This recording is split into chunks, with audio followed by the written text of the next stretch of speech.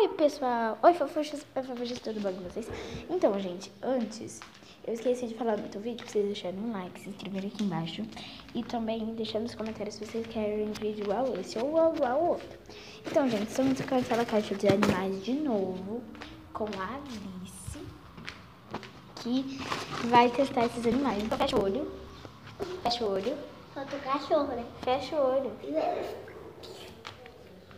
Eu vou dar o primeiro animal pra ela e vamos ver se ela acerta. É muito fácil esse daqui, gente. Ai, já sei. Ele voa. Ele voa. Voa. Então é a borboleta.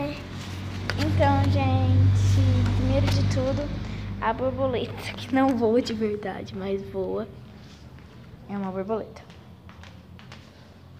Então vamos colocar a borboleta ali. Então vamos pegar o próximo. Esse é muito fácil. Ele é gigante. Ele é gigante. Então é girafa. Acertou. Gente, os últimos vai ser o mais difícil que eu vou fazer. Então, gente, agora é esse. Ele voa. Voa. É uma coruja. Não, é um passarinho. Não, é uma coruja. Isso é uma coruja? Sim. Tá. Gente, um passarinho, né? E esse daqui, que é super fácil também. Ele anda lerdo. Uhum. Então é uma centopeia. Vamos, agora fecha o olho. Opa! Então fecha o olho. Fecha o olho.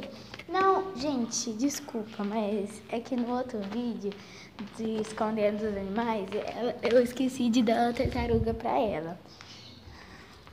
Mas, gente, do mesmo jeito, me desculpem, eu faço outro vídeo se vocês não gostarem daqui.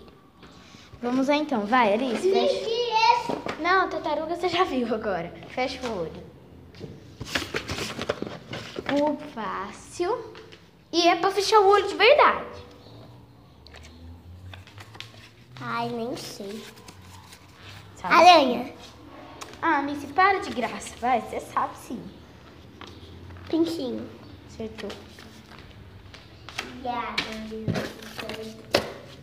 Ah, não, é uma de coisa. Agora é o mais difícil. Vai, Alice.